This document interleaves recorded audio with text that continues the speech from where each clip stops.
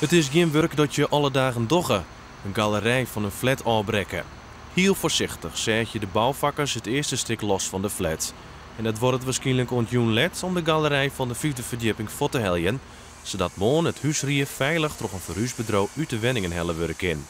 De wenners zelfs mij er net bij wezen, want dat is te gevaarlijk. We starten van links naar rechts. Dan zijn er meerdere verhuizers dus actief op dat moment. En daarna gaan we naar de 4e etage. Ondertussen vindt ook het onderzoek naar de galerij van de 4e en vervolgens dan van de 3e etage plaats. En we zijn afhankelijk van die onderzoeken om te beoordelen welk tempo we kunnen voeren. Morgen hoopt het Woon-Friesland te weten hoe veilig het is om de orenetages leeg te heljen en wanneer dit krijgt in. De verhuurders hebben intussen alle jaar vervangende wenruimte omwin krijgen en zo wordt de helft van de appartementen binnen keerwenningen. En ook deze bewoners krijgen hulp van Woon-Friesland om een vervangend huis te vinden. De bemiddeling die start morgen. Dus dat houdt in dat we een match maken tussen het aantal kopers dat bemiddeling wenst en het aantal woningen dat we hebben. Maar dat zal dus een voorstel zijn wat ze kunnen accepteren.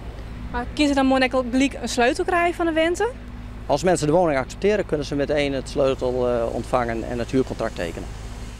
Het is nog altijd net duidelijk wat de oorzaak best had van het instorten van de galerij. De galerijstikken die duurt voorthellen binnen, worden voortdurend pensioen door bouwconstructeurs. De platen worden voortgebracht en verder onderzocht.